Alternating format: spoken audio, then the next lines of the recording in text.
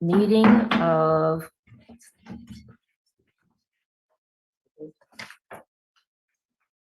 Thursday, May 30th, 2024 of the Monterey Peninsula Water Management District is in session, now in session. And we have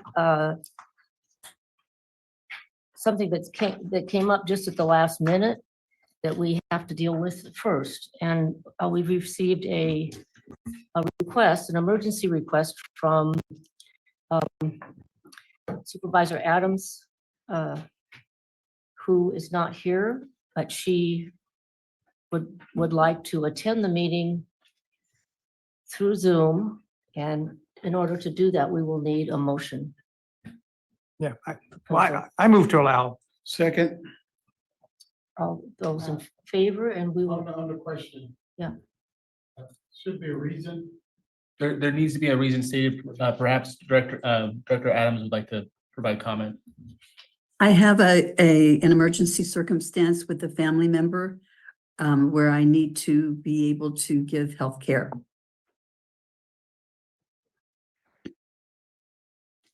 any additional questions?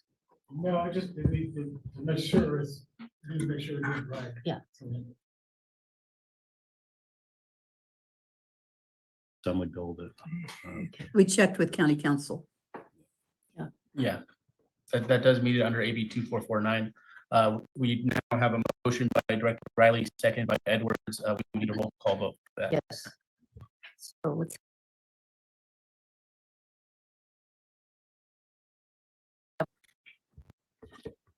Director Paul is absent. Director Eisenhart. Aye. Director Edwards. Aye. Vice Chair Riley. Aye. Chair Anderson. Yes. Motion is approved.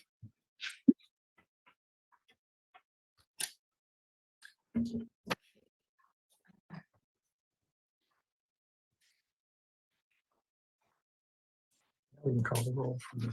Yeah, and now we can call the roll for the attendance. Yes.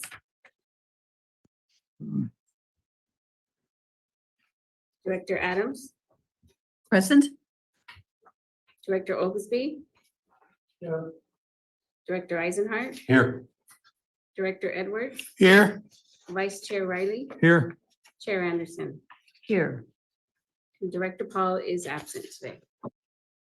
so shall we all stand for the Pledge of Allegiance?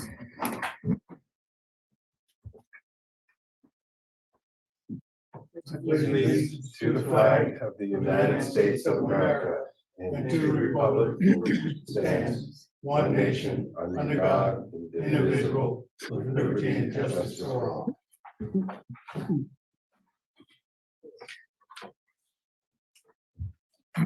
So are there any additions and corrections to the agenda? Not to the agenda, Madam Chair, but there are some corrections to the exhibit to the single item, and those are included in your red folder. And to the extent explanations are needed, this is going to be Nishil's board meeting, so he can tell you what those changes are. Thank you, Okay. General Manager. We can order, if there's anybody here that would like to give comment, we can open this to public comment. People want to make comments on issues other than those that are on the agenda. We invite your comment. Chair Anderson, I see no attendees via Zoom. Thank you. I don't know if it's in the. So I just was wondering if I may, through the chair, is there a letter that came in? I saw an email earlier today from taxpayers, earlier this week from the Taxpayers Association. Yep. But I don't see it as part of the packet or the supplement, and I was wondering if it should be part of that.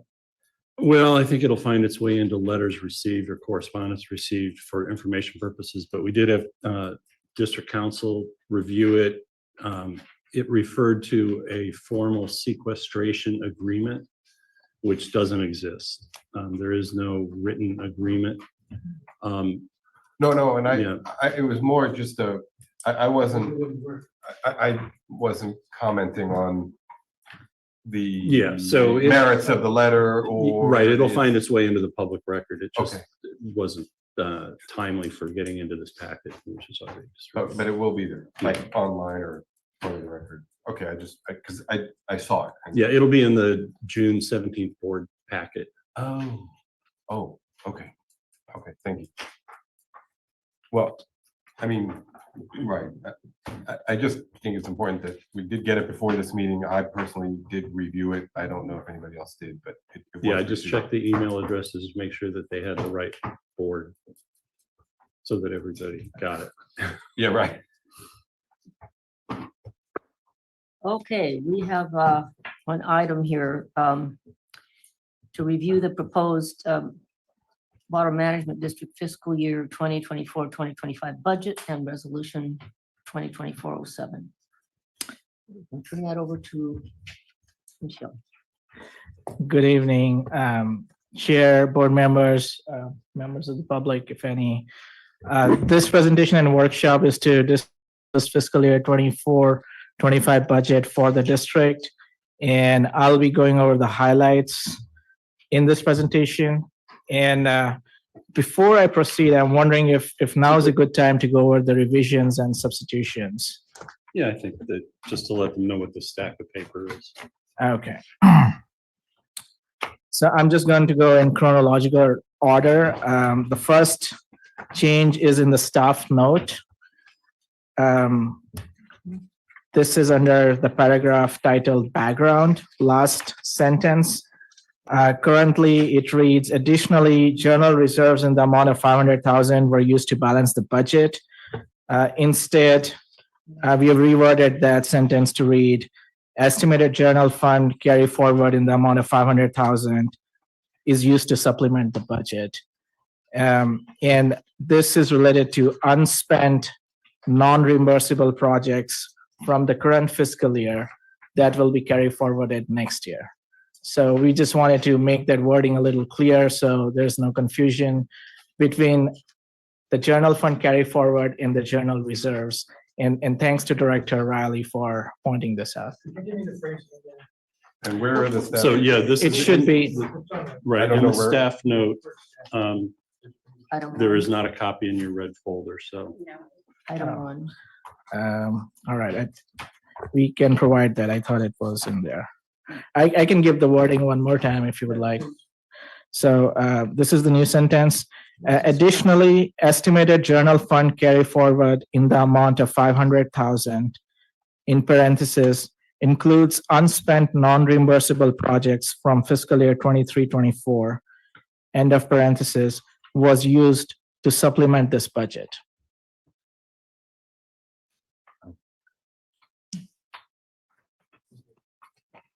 So it's basically a correction to the last sentence in the background section.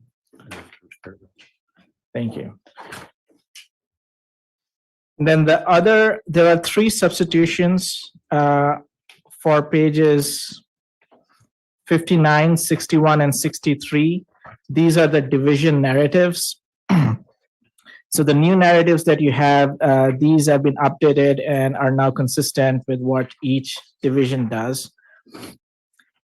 And plus, we are also adding an org chart that wasn't in the original budget book. And that org chart's going to be before page number 55 in the division budgets. Fiscal year 23. And then finally, page 47, which is related to the revenues. I think it compares revenues in the proposed budget with the prior year revenues. That page number is also replaced. So that's page 47 of the So budget book. that's under reserves, I believe. Was that? Oh, yeah. No, reserves? Revenues. I Revenues. see. Okay. It's right in between. Thank you. So that's the summary of the revisions. And I'm sorry, what was what are the changes? so the changes on that page, it's related to the percentages. The percentages are changed. The numbers don't change.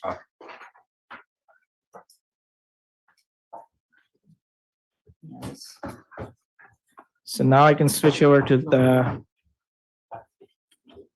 formal presentation. Well, but most importantly, we respelled Director Riley's last name on this very first. Oh, Thank you, exactly.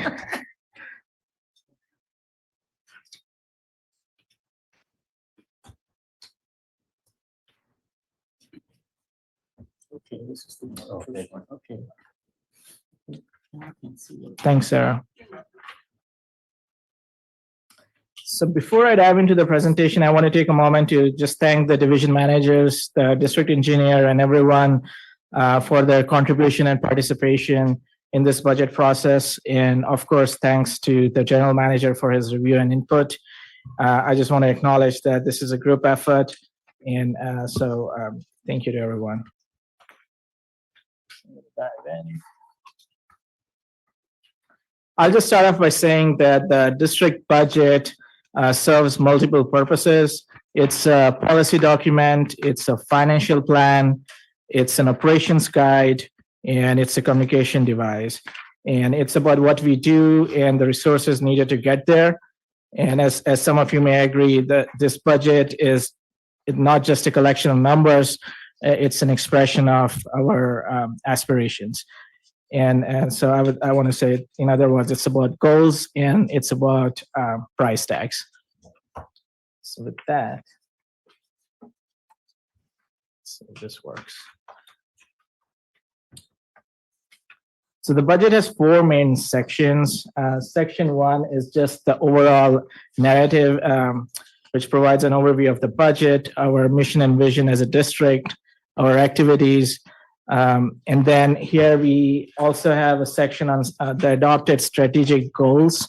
And one of the recurring themes in this presentation is linking the budget to our strategic vision and goals. And I'll get to that eventually. Section 2 is about the district expenditures by fund and by division. We also go in detail about our project expenditures. There's a 3-year capital improvement plan.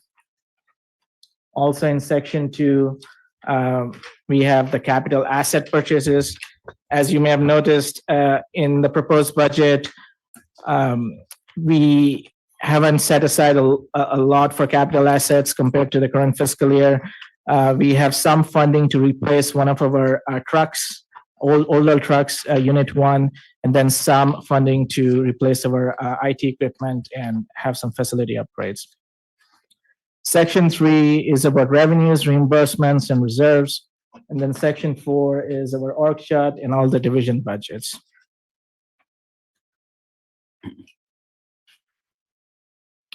So this is a timeline of the budget process. The budget requests were sent out to the divisions at around end of March. We received budgets from the divisions in mid-April. Then we had a series of review sessions. And then on May 20th, the board adopted the appropriations limit related to the property tax. And even though the property tax revenues aren't a substantial portion of those revenues, it was adopted before this budget workshop. And then we'll have the final budget adoption on June 17th. This slide is more related to the principles adopted in this budgeting process. The first principle is we are adopting a balanced budget, which means that our reoccurring revenue is being used to fund our reoccurring expenses. Second, we are preserving our existing services as a district and also setting aside budget to achieve our strategic goals. And then the third bullet is about our operating reserve. The district has a goal of maintaining at least 5% in general operating reserve. We are much higher than that. In fact, according to the Government Finance Officers Association guidelines, the minimum reserve levels need to be at least 2 months of operating reserve, which comes out to 17% of our budget. But we are much higher at about 62%. If we are much higher than that, can you state it in here? Even in the budget book? Yeah, you hit 50% over 5 years. You just mentioned we're much higher. can we put that out in the public? Like you just did in writing, or you prefer not to? I think it's covered in this presentation, and the presentation will be uploaded on the district's website. Okay. And plus, it's also covered in the transmittal letter. So the next slide, this is about the budget process. And the budget exercise is a two-step process where on one hand, we're getting budgets from the various divisions, and on the other hand, we are forecasting revenues, and then we are trying to balance the two. And if the revenues aren't sufficient, then reserves are needed. But in this particular budget, I want to emphasize that no reserves were used to balance the budget. The district has used the water supply charge for water supply expenditures. And then the estimated general fund or general reserve balance at the end of next fiscal year, we are forecasting that to be around 17.4 million, or about 62% of our operating budget. Okay, that's what I was looking for. Thank you. Good job. Thank you.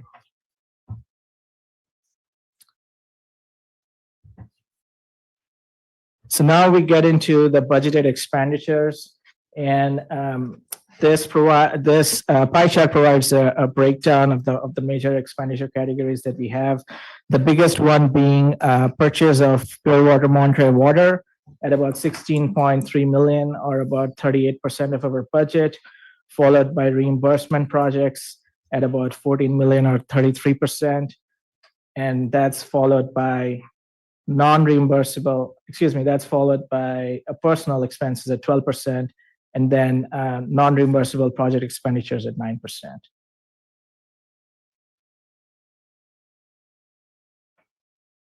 So this slide compares the proposed budget with the current year's budget, and this is the revised budget at mid-year.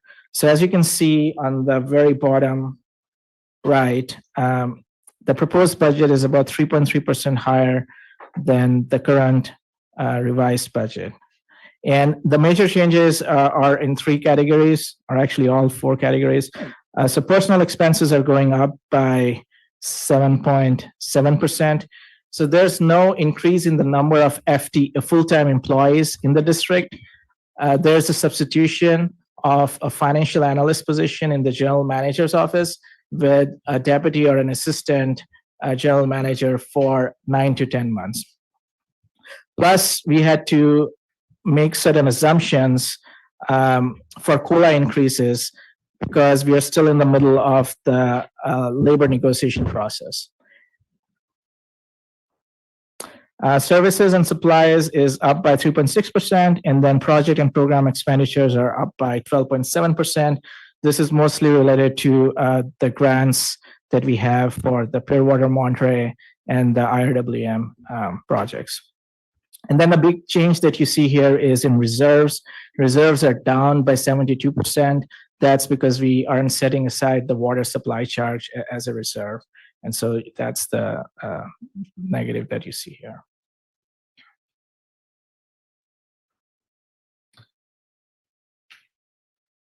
So now getting into the biggest budget expenditure category, this is the project expenditures. We have about 34.2 million in project expenditures. And these are in three major categories: supply, demand, and environment. And these kind of align pretty nicely with our strategic goals. The biggest category of this expense is in augmentation of water supply. Those projects are 30.2 million. Then environmental mitigation is 3.2, and then water demand is the remaining at 770,000.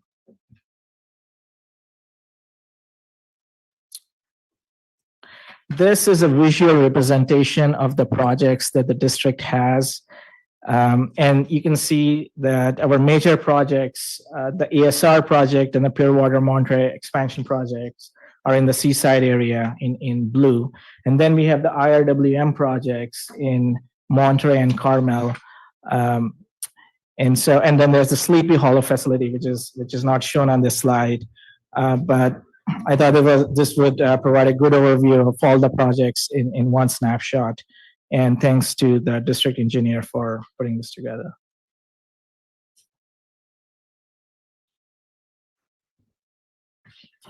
So now we're going to go into further details, starting with the water supply projects. The biggest expenditures here are related to the Pure Water Monterey project. So purchase of 3,500 acre feet of Pure Water Monterey water. That's the 16.4 million that you see here. Plus, we have also budgeted an operating reserve of 400 acre feet. That's the 1.6 million. And then we have 10.1 million in for the Pure Water Monterey expansion project. We're also setting aside funding for the public's acquisition of the Monterey water system. That's a little under 2 million.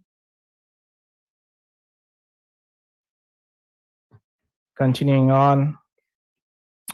Aquifer storage and recovery, that has a budget of about 1.2 million divided between site work and operation of the ESR facility.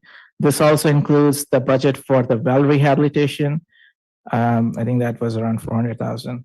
And then we have budgets for local water projects, urban water management plan, and updating the seaside basin model.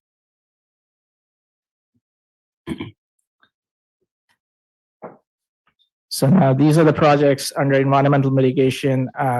The biggest project is related to the IRWM grants round 1 and 2. That's 2.5 million right there. And then we have about 480,000 for the fisheries program. And then as per the board request, we have also budgeted 100,000 for the review of the environmental mitigation program.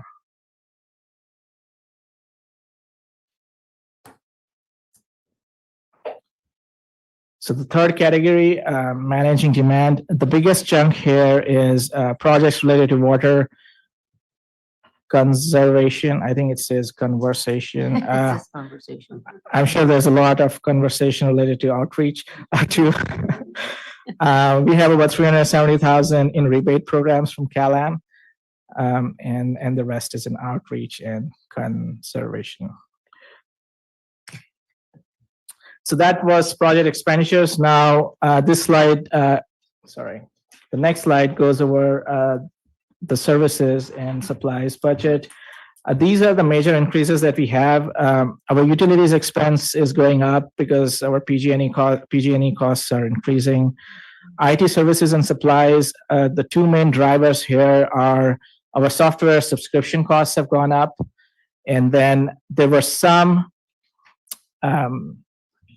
software subscriptions that were budgeted under operating supplies. So you'll see that negative there. So that's been recategorized to IT services. So if you may recall, we had about 197,000 in software subscriptions that was approved by the board in the last meeting. So that goes in this bucket. And plus our contract with Devera, which is the district's IT consultant, that's 70,000. So that kind of makes up that 310,000. Our insurance costs are also higher by 10%. This is driven by the estimate that we have received from the JPIA. And we basically just take their numbers and plug them in until we get a better quote from them. And then our membership costs are based on actual forecasted memberships for next year. The services contracted by the district, same as before, IT, GIS systems, audit, legal, legislative services, and public outreach.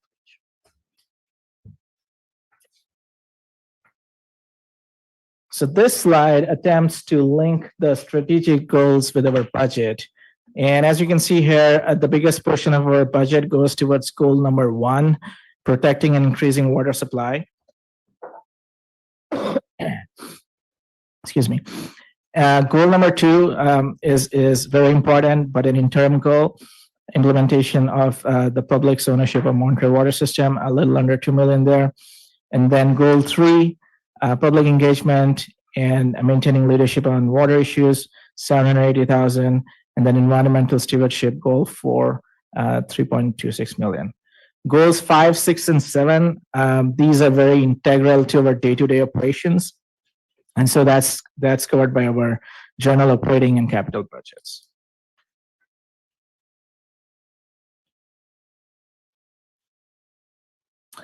So now switching gears to the revenue side. Slow down a second.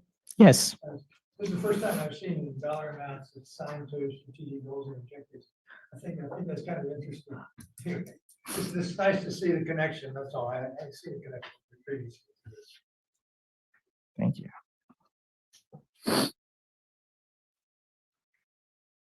So now we spoke about expenditures. Now we are switching gears to the revenue side. And here you can see about 1/3 of our revenues is coming from water sales, another 1/3 from reimbursements, about 15% from user fees, 8% from the water supply charge, and 6% from property tax.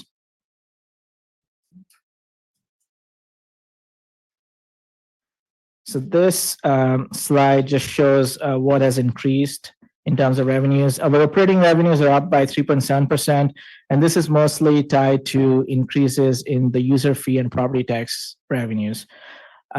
We have a $1.3 million increase in the water sales revenue, but that's being offset by a decrease of the same amount in the permits revenue. And then reimbursements and grant revenue is up 15%. This is just tied to the IRWM projects. We're projecting a carry forward of at least 400,000 and then taking 55,000 from the capital reserve to replace unit 1. So that brings our total revenue to 42.8 million. This, Mr. Chair, this is the carry forward item that you mentioned earlier on in the narrative. Exactly, in the staff report. So this is a detailed breakdown of our major revenue streams. Our user fee revenue is up 10%. This is based on the proposed CalAM rate increase. They are proposing a 10% increase in the current calendar year and a 2.5% increase on top of that in the next calendar year. And we just came up with a conservative assumption of 10% at this point. No increase in the water supply charge revenue. The property tax revenue is going up by 3.85%. Again, this is based on expected increase in like property valuations. This might be a little conservative, but our principle is to keep it conservative where we can. Water sales revenue up by 10%. This is based on the rates that we received from Monterey One Water, which are going up by exactly that amount. Capacity fees are down 40%. I think in the current budget, we had 500,000 in capacity fees, and this 300,000 is more in line with prior years. Permit fee revenue is down Can I ask 87%. a quick question? Could you please explain what capacity fees are? I want to say I want to give the floor to Stephanie because she might be able to do a better job than I can on this one. I know they're tied to permits and they're tied to the capacity of water that the district provides, but Stephanie might have a more elegant answer. Thank you. Thank you. No, the capacity fee is the charge for water, essentially. So a project that doesn't use a water credit or an entitlement, but rather uses water from a jurisdiction's allocation, that is what they're paying a capacity fee for. And actually, some of the entitlements do have a capacity fee connected with them. So, for example, we recently permitted the Ascent project in Seaside, which was a workforce housing, lower income housing development. The water for that project was assessed a capacity fee. And if I can elaborate, it's very similar to what we call connection fees in the utility industry. So when the new hotel in Marriott in Sand City connects, they will pay into the Seaside sewage system for sewer connection. They'll pay into Monterey One Water for wastewater facilities, and they pay into us basically to connect to all the projects that we've invested in previously. It's as if they're paying for prior expenditures on capacity. So it's very similar to a connection charge. So with that, Dave, does that mean that capacity fee will go up and we will be less, there will be more like 30% down or 20% down? Or does it go in the reverse? Well, we had a very good current fiscal year because of 3 large projects that came in. And so we're estimating that it'll go back to a more normal year. I see. And so that's why it's in decline. When Okay. some of the housing plans kick in, each housing project or individual housing unit will have a capacity fee component. So, if we are able to lift the moratorium on meters and let those projects begin to go, we'll then see this probably going up on an annual basis for a while until we absorb, as much housing as we can. Thank you. And thank you for your letter, by the way. May I add just one last thing? I think that we will try to refine this before the final budget comes to you for consideration in June. Because we are learning a little bit more about some of the projects that might be out there. Good. Thank you. And not to derail you, but while we talk about refining, the prior one, the Pure Water Monterey water sales, we got an email today that they're going to do one more review, and there may be a change in the price of water. So the revenue and the expenditure will either go slightly up or slightly down, but we'll correct for that before the June 17th meeting. Okay. On that point, can I Thank ask you. a little different question? The Monterey One water invoice is sent to us. So we pay that, then we pass that expense on to CalAm. Do we have a markup on that, or is it straight across? The contract allows for a markup. When we were subject to an initial cost cap of $1,720 for the first year, which the PUC approved, almost 3 years before the project was complete, and so obviously it went up. We said, well, look, we have other sources of revenue, water supply charge, user fee. We'll go ahead and not put administrative overhead on top of it. So we just do a direct pass through.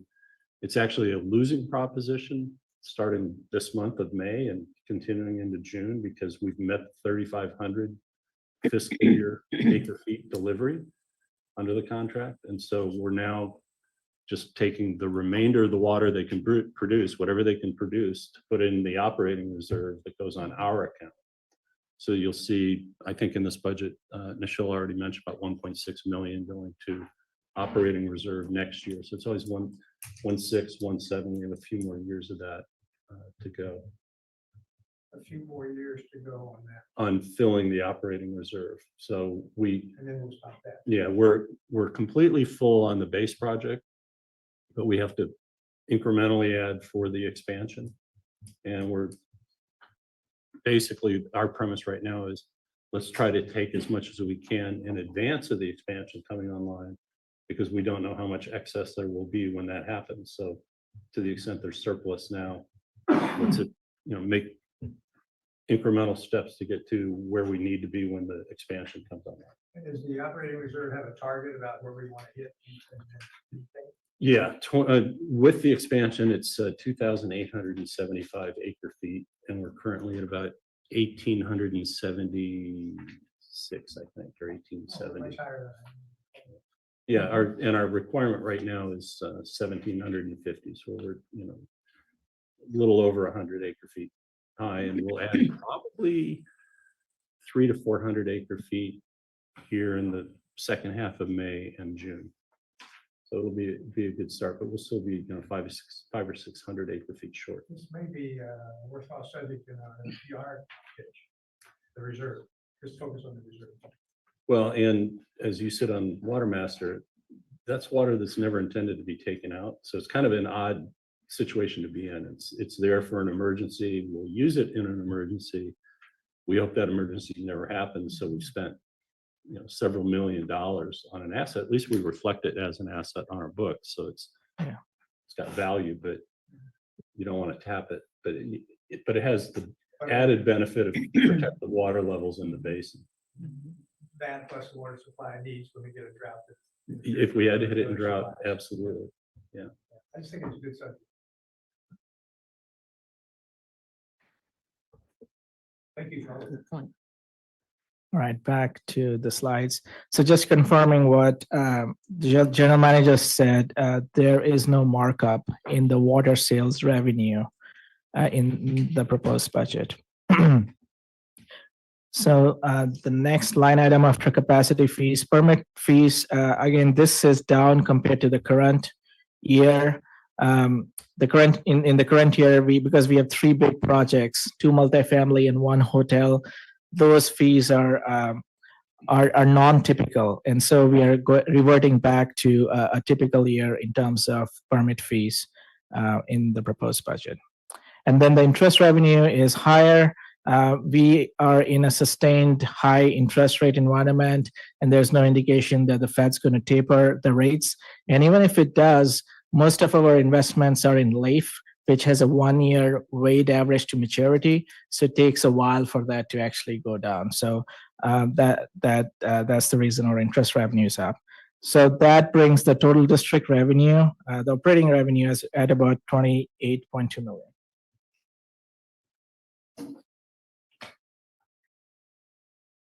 And this just goes over the revenue piece that's reimbursable.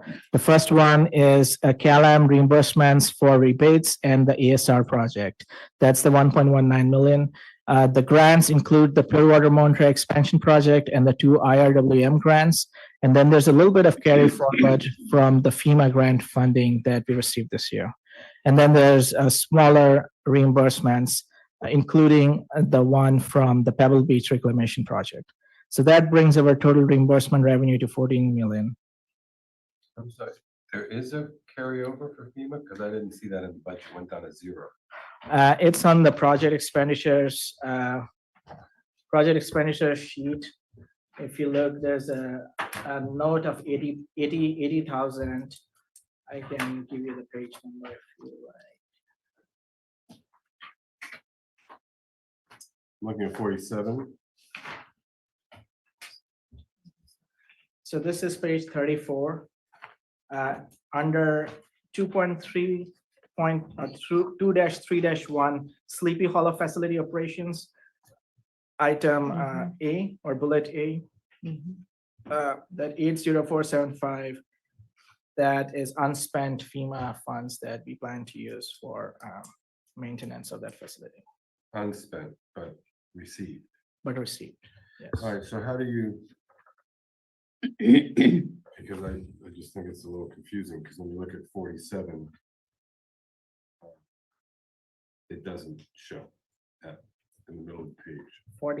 Page 47. Page 47 is the middle of the page. Oh, that's an aggregate budget, and one second.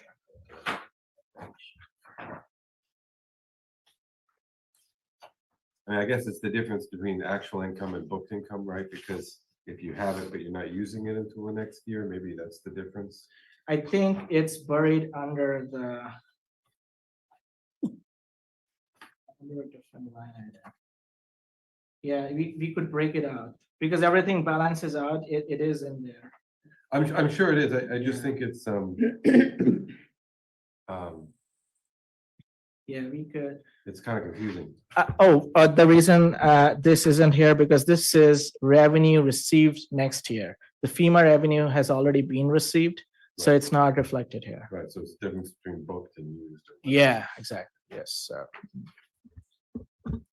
So we got all we're gonna get from FEMA. yeah, This fiscal year, not next, but we're spending some of it next. right.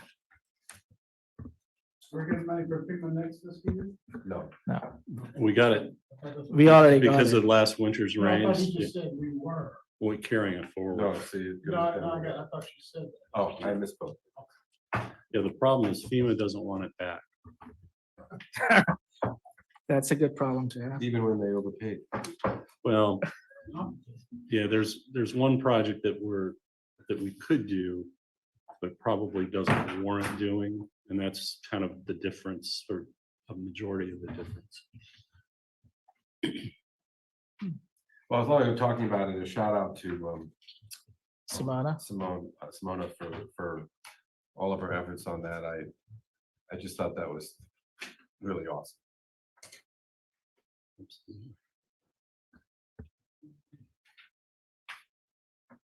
Okay, so this is the next slide. And here we're trying to illustrate that the budget is balanced. So the total uses or expenditures at 42.8 million matches the total sources and revenues at 42.8 million. And you'll see that all the project expenditures, including water sales, that's 34.6 million. That's almost 80% of our budget. And then personal services and supplies is 16%.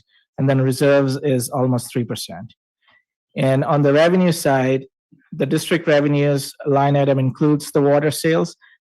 So if we break it that way, then district revenues are like 2/3 and project reimbursements are 1/3. So that's how the budget is balanced at this point. And then the next series of slides, we're looking long term. So the next year's budget is just about 1 year. And so now we're looking at all the obligations and commitments that we have, including the Pure Water Monterey Water Reserve, which General Manager Stoll just mentioned. So we are forecasting about 604 acre feet that would be needed for the Pure Water Monterey Reserve in fiscal year 25-26. So that's the 2.2 million there. And plus we have our pension and OPEB obligations. And that brings our known obligations and commitments to 14.3 million. We also have contingent liabilities in terms of our litigation expenses, and that is being covered by our general reserve. So one way to mitigate these long-term obligations is to have robust reserves. And so this budget sets aside about 100,000 each for the pension and OPEB reserve, and about 313,000 for the capital replacement reserve. And then we'll also have about 616,000 in general reserve.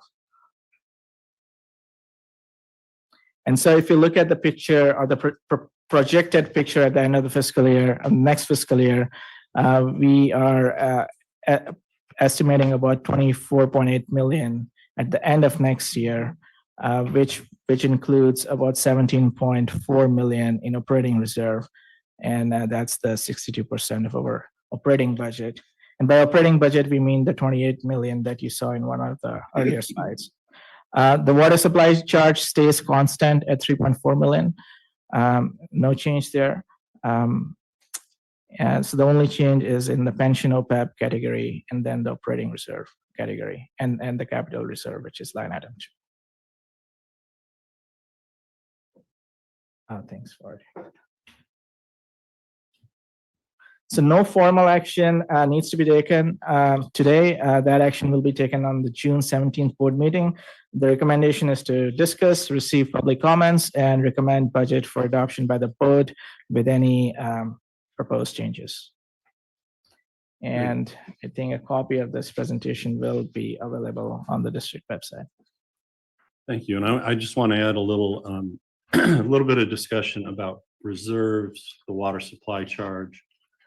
So you saw that this budget is not only balanced, but it makes a contribution to reserves of about 1.3 million.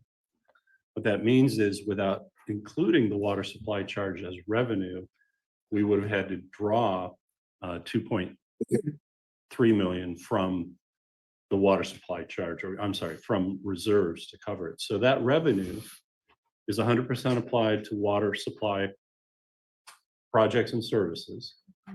It enables us to not draw from reserves, but it also signals to us that we're only about 2.4 million away from kind of balance.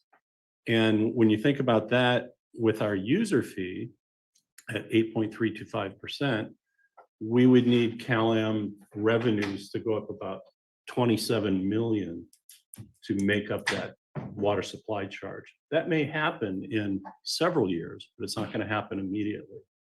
At the same time, in a couple of years, we'll no longer have the obligation to build up the operating reserve. So that's an offset. So we will hit a point in a couple of years where, depending on what your overall reserve policy for the district is, where the user fee will have grown. So without the operating reserve in a couple of years, So that 1.6 to 1.7 million that we're currently budgeting, we would only need about $500,000 to make up, because now the operating reserve expenditure goes away. So we are looking out in the future at a point in time where you actually have the discretion to do a sunset or a reduction of one or both of our major revenue sources. But it really underscores how we're not there yet. And we really weren't there when we had that first lawsuit. But we can grow our way out of needing to be there. It's just gonna be a couple of years, a few years, so. Let's shoot a couple of questions on that. And my general, my general reaction to this budget is, first of all, the more you kind of organize the material so it's easier to understand, I appreciate that. So you've done that a lot. I would like to see more totals at the bottom of some columns, just in the functional areas. Because that always gives me a sense of just what's the scale. But I want to talk a little bit about the cost to the consumer. We use the CalAm billing in our agreement, with PUC and all that. But the consumer is paying for some essential part of our budget. Right. But also, this is where I have the questions. There is a rebate system that CalAm also supports. We manage it, we budget for it, we do all the work related to it. But that's also on a CalAm charge, and it's not on our charge to the consumer, it's CalAm's charge. And then the other question I have is, there used to be, and I'm not sure if it still exists, the mitigation commitment that CalAm was legally responsible for. They were putting some of that money into the district because we were able to do that river reclamation work and restoration work far better than CalAm expected to do it. And so we then, so anyway, I'm just trying to get a sense, and I'm not trying to sort it out tonight, but it's raising some questions in my mind about what's the impact on the consumer. Right. And I think the important part is you can look at your CalAm bill and you see a surcharge for MPWMD. You see two actually right now, one for purchase water costs. So they're treating the Pure Water Monterey water supply contract as a surcharge, which is not the way every water utility would treat it. But then the other one is our 8.325%, which is very much like a utility user tax, UUT, which City of Monterey passed one. Ours was recognized, and well, let me back up a second. So the 8.325% includes 1.2% that went through Prop 218 after Prop 218 was passed, geared solely for the purposes of aquifer storage and recovery. And we've spent more than we've recovered in that, but the day will come when perhaps that'll be a retirement once we pay for the treatment building addition and the expansion of the pit, which we have paid for, obviously out of pocket. But the goal is to then collect and repay the reserves that we transferred to pay for that.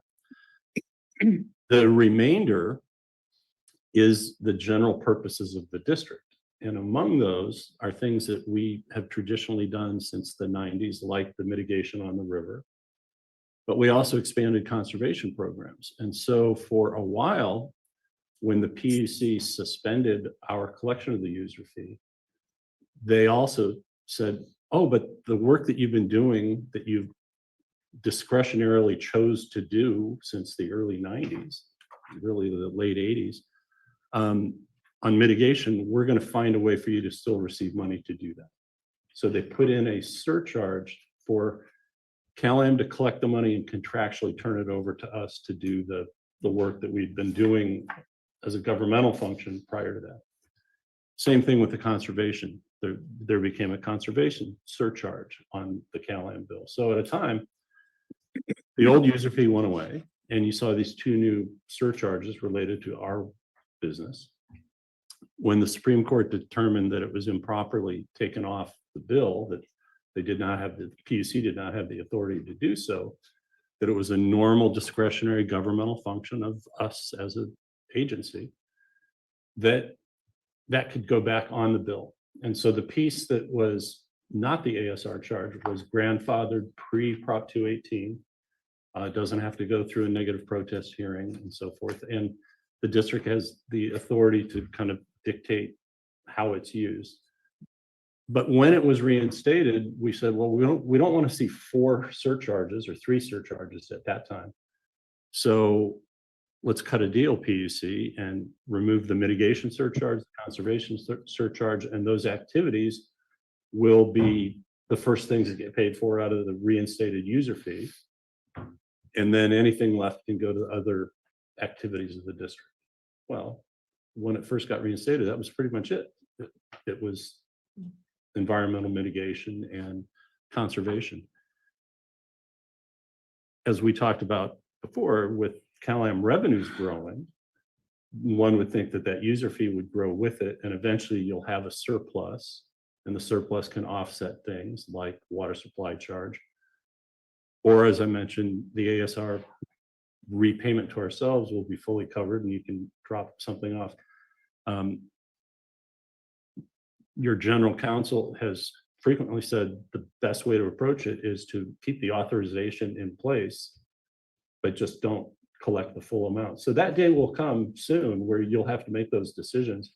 I keep saying you're going to need to adopt some position on what should your overall reserves be, because you want the 3 things that you want to do before you stop collecting revenue or suspending revenue is make sure you've got enough savings account.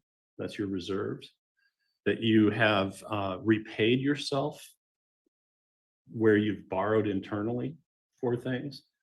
And so now you're back to kind of whole. And then you can say, all right, how much do we need next year? Well, we're not building as many things, or we're not putting money into the reserve for Pure Water Monterey. And that's when you finally will have the discretion to start saying, well, instead of 8.325%, let's cut the consumer a break and drop it to 7%. Let's drop it, even a little lower. And that's what we're shooting for financially, is to be in a position to do that. But we're not there yet. Yeah, my brain just kind of plays off on a lot of directions here, and I don't today's not the day, and this is not necessarily the forum, but I still wonder. Well, when I asked earlier about do we have a markup on our charge to CalAm, CalAm has a markup when they put it on their bill to send everything. So it's somewhere down the line, the bench trial and whatever that resolution is. I'm assuming, we should assume we're going to win. And then I think the whole complicated structure that CalAm has is going to change to a public accounting system and not their accounting system. And at some point, I just think we ought to start discussing so we have a sense of how complicated this is going to be, how much the project is going to be, how much time. I mean, just to have a sense of that, because we're small. When we're small compared to Monterey Water. I mean, and like you said earlier about them buying the building or whatever that conversation was. We're an important player, but we're still a small player in the context of comparing to CalAm. And I would just like us to begin to start being a little more expansive about how we have some thought process or some conversation, just so we're all kind of on the same kind of level of understanding, or at least some direction of level of understanding, not necessarily the precision. But just so we're a little more prepared on where what's in front of us. We know what the challenge is, but if we win, then there's another huge challenge after that. I would just like us to think a little more beyond just where we are.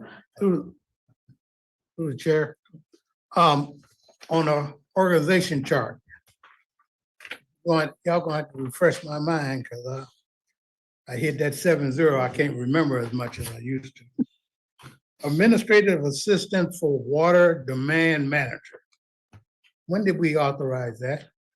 That was the conversion of our Fred's temporary position. So we used to pay an outside agency for a temp. And we brought him in as a regular employee. So it's got to be now 2.5 years, I think, or 2 years. Okay, maybe I Yeah. just seeing it on this organization chart. Another thing didn't y'all, at the beginning, didn't you say 2 positions were gonna change or whatever? We're gonna try to get Dave In AGM. at AGM. Can we get a little box? Something that we can hold him to on that, because, you Yes, know, we- as long as we don't see it, Yeah. it's not gonna happen, in my We- opinion. So we if I will- see it, I give me a little bit of hope. We will be updating the org chart once the position's hired. That was the Well, original. Well, actually, once it's authorized. Unauthorized, but yeah, so that's Because another. we have a item. couple of positions on here that are authorized but unfilled.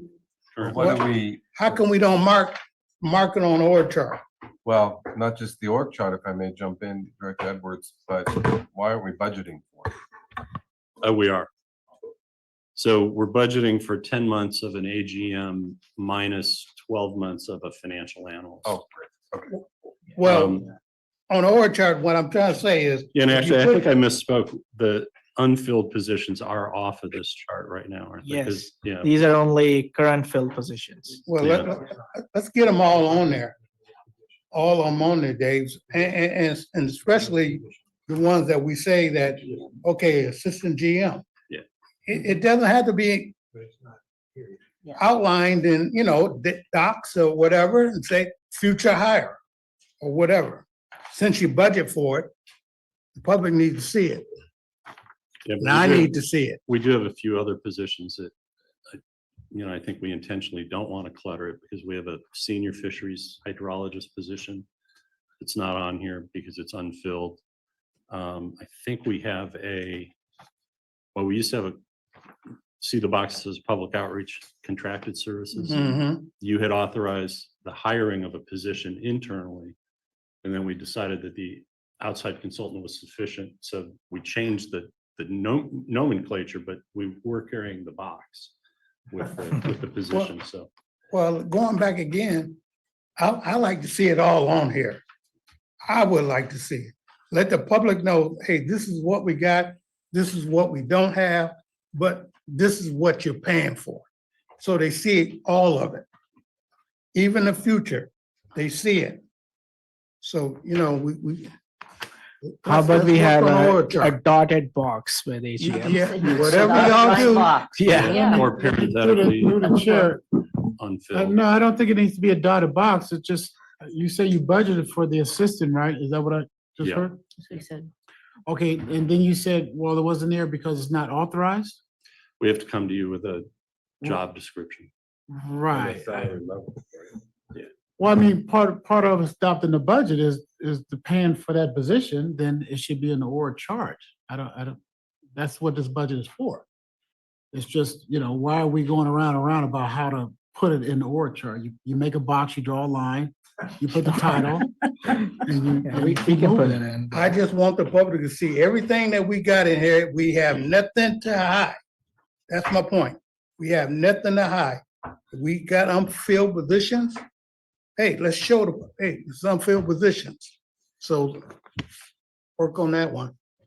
Well, my next question is, public acquisition of water system. It's 1.9. Do that include our attorney fees in this? Yep. And everything? So we all covered on that one.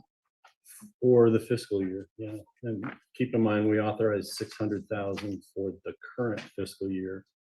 It's not clear that we'll get anywhere close to that with the demurrer being extended to August and a few other things, so. But the eminent domain legal expense was 2 million in and of itself. Okay. And we can talk about district council fees later, because we got to get some on that. I see they haven't changed over the years, that 400,000 or whatever, I don't know Yep. where we at. Okay. That's all I got for right now.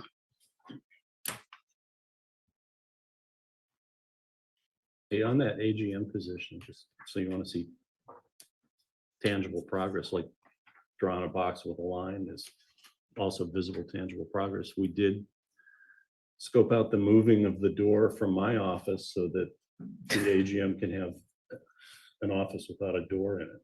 So that's progress.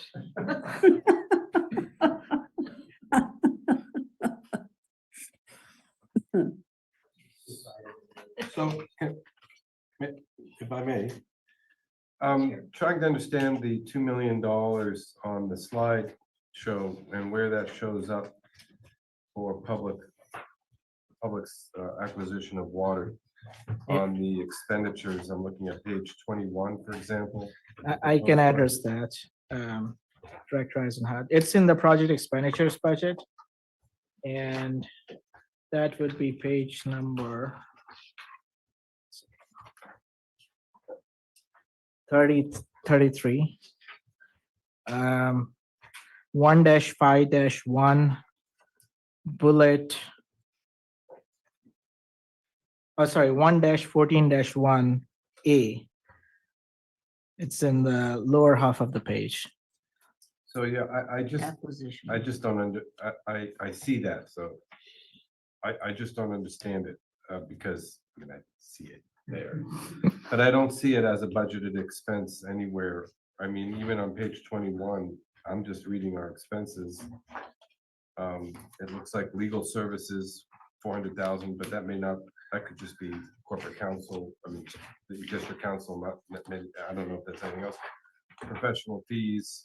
Yeah, that's on page 22. So that 1.95 million is under project expenses on page 23. In the 4 million. The $4 million number. Yeah. The 3997. Yeah, Yes. you get the round up, so do I. Mhm. So that $4 million includes a 2 million.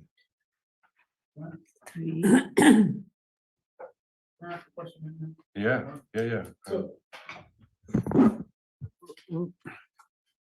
Yeah, I see what you're saying. So we're calling that acquisition a project? Is that, Yes. yeah, okay.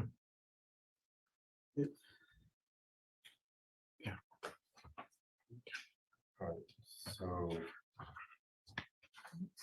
And then where did I see that? I mean, Director Edwards mentioned, oh, there it is. It's on slide, oh, they're not numbered. No, yeah, they are. Slide number 11.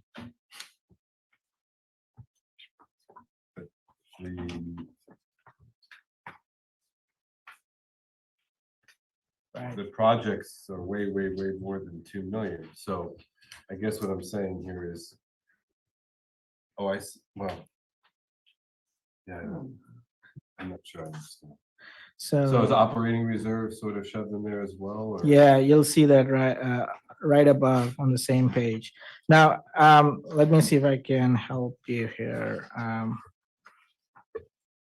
Just trying to correlate everything. So on page 33 on the very bottom, you see the 30.233 million. That's the sum of all water supply projects. And that's what we are showing on slide 9. And that includes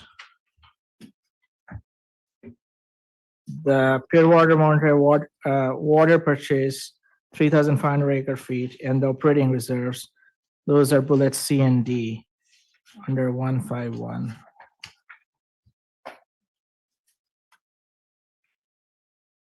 It's the next slide. If you can bring it up. No, I remember that. You know, I guess.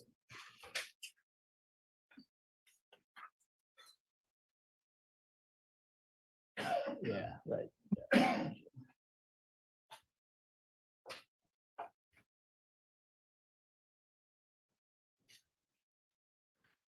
So the three big numbers that you see here are coming from the project expenditures spreadsheet.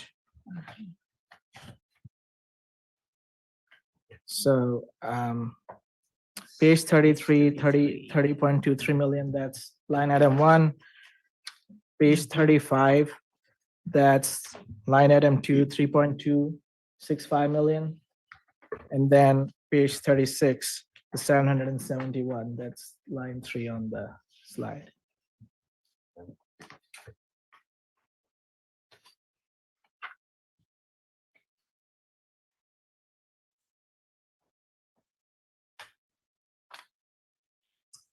I think I understand. I guess where I get confused is you have all these specific breakdowns for some of the pie expenses, and then other ones it just says project. And, you know, and then I had to go to the The project detailed. stuff, Yeah. detail, and then you see it there, so it's a little bit. The slide number 7 on the expenses, we have services and supplies at 2,207,100.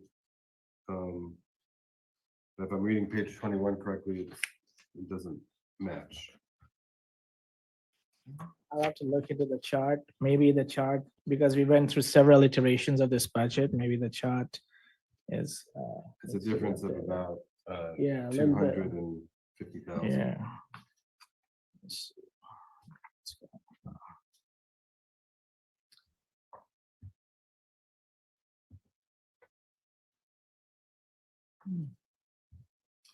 So, just, Let me see, I might be able to give you an answer. I think because that adds, well, let me just see. Yeah, and it's the same part. okay, so that adds the election expense, the 250,000 in election expense is included in the supplies budget. Because I was like, what would be an appropriate category to include election expense? And we didn't want to include that in the project expenditures. So that is included there in the, Right, I think it says services and supplies, and it's far more a service than a supply. So, but it makes sense to me to have it there. Yeah, right. Right. so the 1.97 plus the 250. So did you want to take the election expense, move it out of the page 23 and put it on to page 21? I've used the same structure as in prior years for comparative purposes, but that is doable. Well, it's, Should we keep it the same, though? I think just to ensure that we, can really make comparisons. Why change it if it was one way last year? Why should we change it now? Do you really think that's important? are you asking me, Mary? Uh-huh, yes, I am. If I were there, I would be sitting next to you and I would be looking right at you, the elbow. This way I'm having to, broadcast in. I understand now where the $250,000 discrepancy comes from, but we have a budget, it's got a whole section called services and supplies. And then the election expenses is in a different category, but the pie chart, then somebody looks at that and they would. Yeah, we can clarify or put a note there. It's up to you. I see what you're all saying now that I understand what that 250 difference is. But is that enough? Oh, yeah, that's the difference. Everything is going up and I can't wait, come September or whenever we authorize our election around here, you find out that it's 300 something. Right. Then we will make an amendment in the mid-year. Anyway, you explained it, so that's good. We're hoping that you all run unopposed and then the cost goes way down. Is that what the cost is? The actual? Yeah, and we've already received a quote from the registrar. It's based on a range of dollars per voter, registered voter. And So anybody who runs against somebody is not fiscally conservative? Is that what we should learn? costing the taxpayers. I'm surprised that we pay for that. Is it just to get them on the ballot? Is that what you mean? Wouldn't somebody have to just fundraise to run for the seat? No, Yeah, it is the county. But anybody who's running for anything, is there any agency who's running for anything picks up a piece of the budget, because you got to print ballots and the Right, oh, I get voters' it. guides and then run the election and Qualified voters, Yeah. candidates. Well, for other positions like supervisors, the supervisors, fundraising has to cover all of that. No, I think that's just the campaign. That's getting covered. yeah, no. Well, that's what I mean, the that's campaign. election office. That's the Yeah. election office, so, Yeah, this is If- all yeah. If the you run on a- registrar taking the budget for an election and distributing it to all of the All agencies the that running special candidates. districts, yeah. You'd So- think I'd know more since I'm over there all the time.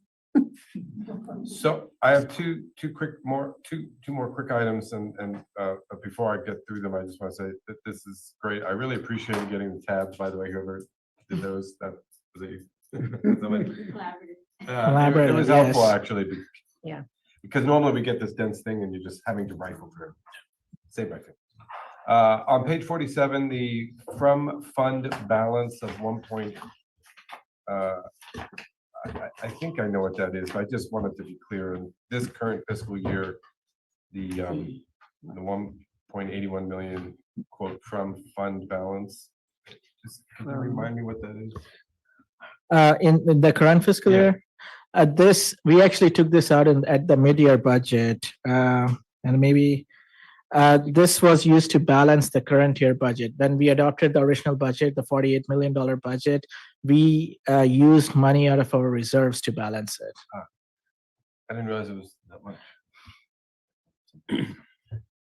And it goes a I little should bit probably update. back to the current year, we sequestered or segregated the water supply charge. So we didn't treat it as a revenue. So we had to borrow from general reserves to make up what it would have covered. And that's why it's not for the Yeah. current budget. And then the last thing, I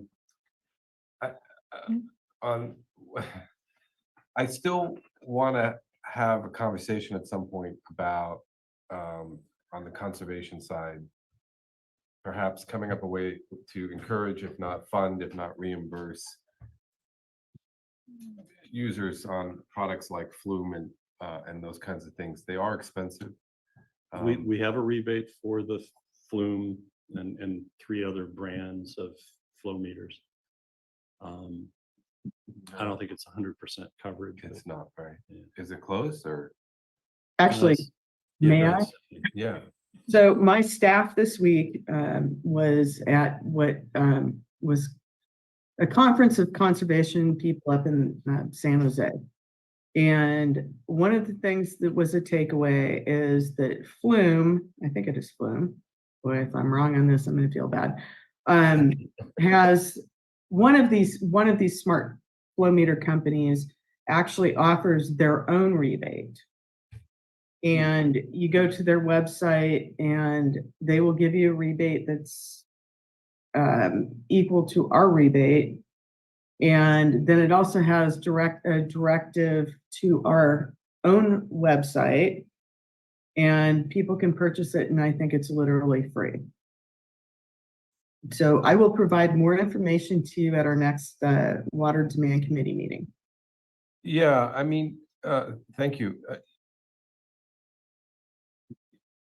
And I think I'm pretty sure it was Flume. I just had a situation with one of the constituents in Division 3. Mhm. You know, they had the Flume, right? So, and then while he was in DC, the husband was in DC, he's seeing the Flume app on his phone going off, like every hour saying you're taking a 20-hour shower or something, like something bad, you got a problem.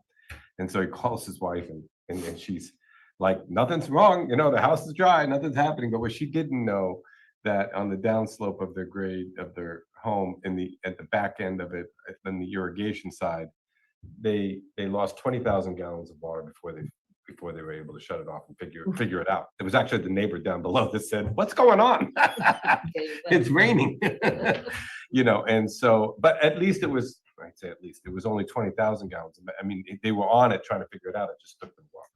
But I mean, especially with irrigation and all that, I mean, I can't even comprehend how much water, could be saved, by these. types of- Irrigation systems are crazy, yes. So Director Eisenhart, I just confirmed, yes, it is Flume. On their website, they have a discount. And then they also direct people to our rebate. And Wow. so it essentially doesn't cost somebody All right. basically anything. Well, we gotta figure out a way to get the word out. The only reason why I bring it all up, and I know it sounds like this has nothing to do with the budget, but I really would, even with rebates, if we don't get the word out somehow, that costs money. I mean, I really would love to have something, and it's just a personal. This product is great, or products like it. And Yeah. I brought this up, I didn't realize there were so many of them out there now, but I would just like some maneuvering room in the budget for, if it is free, then maybe it costs money for getting the word out. I don't know, but I just think. We've got money in our budget for outreach and we have money in our budget for rebates. So I will make sure that is a priority. That's great. Oh, that just made me happy. Thank you.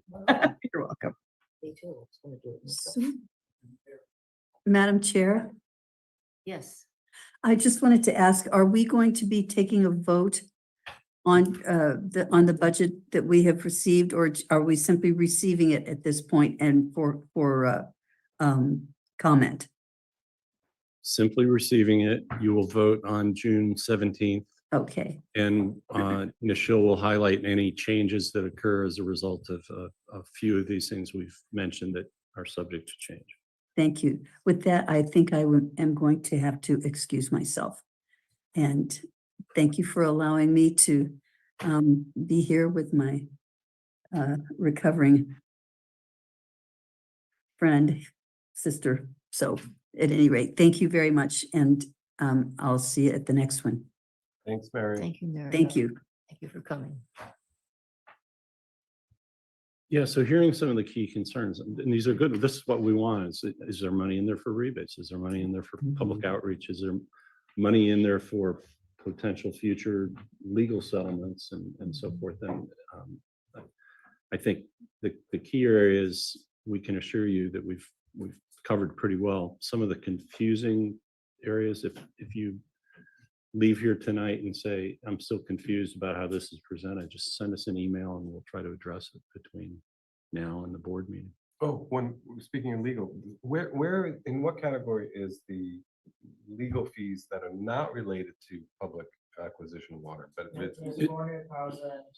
There's 400,000 for the district attorney, which is under services and supplies. right, We call it core operations. And then the 1.95 million is in the project expenditure budget that So you saw. what- And the 400 is not What- just general counsel, it's special counsel for things at that the Taxpayer Association Yeah. appeal, Yeah. that's in the 400,000.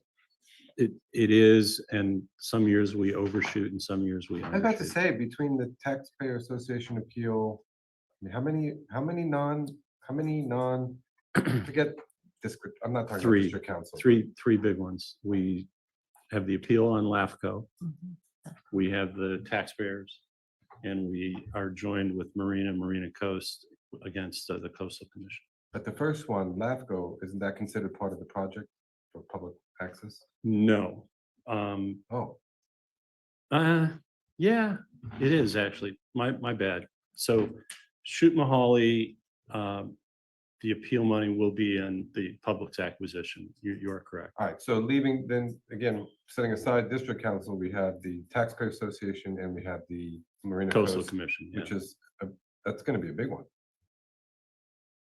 Once we get the record, right? Is that a big one? Yeah, the administrative record's almost done. Yeah. So, So does anybody else have a concern that we've undershooting it on the 400,000? I would think it'd be more by now. Cause what I've been looking at is 400,000 all the way across. Now, we've been Well, in litigation of a few years.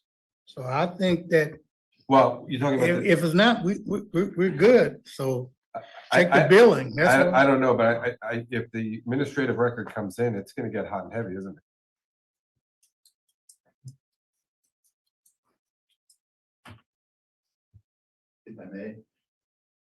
Please. The administrative record actually was received just this morning, Well, but this is a writ of mandate. Oh, yeah, get them on the And record. so there's not going to be a hearing on this. There will be briefs, and a briefing schedule has been set. So opening briefs 45 days from today, the reply briefs 45 days thereafter, and then 30 days for closing briefs. The court wants another 30 days. We are looking at a hearing in November on that, and then whenever a decision gets out. But I believe it's just writing and drafting, but there's not a trial. and there's a shared, but there's also shared expense. on So that. we're going joint with Marina Coast Water District, so we Oh. will share in their expense, and then the city of Marina is going to remain separate so that. Because I'm thinking what you've just Yeah. described is probably $100,000, Right. but if we're splitting it or something. And then the other thing that wasn't mentioned is, and it's in the form of litigation, it's all of our various proceedings before the Public Utilities Commission. The general rate cases out there, the water purchase agreement matter, and whether that goes to another phase is out there. And then the other potential would be proceedings before the State Water Resources Control Board. But I'm not suggesting that you need to modify the 400,000 at this point. Okay, well, I mean, you guys would know better. I was just wondering with all of that out there, if that plus district council is 400 does. the If trick. y'all can generate what the cost is up to now. If y'all think it's under 400,000, For this show next me, year, show me the billing for the Yeah, well, GM. we're about to wrap up the current year, and so we do a quarterly check on all the Yeah. expenses. So Yeah, we aren't anywhere close to the 400,000 this year. and as long as I'm standing in front of you, I want to assure you that we are not double billing for tonight. I wasn't worried.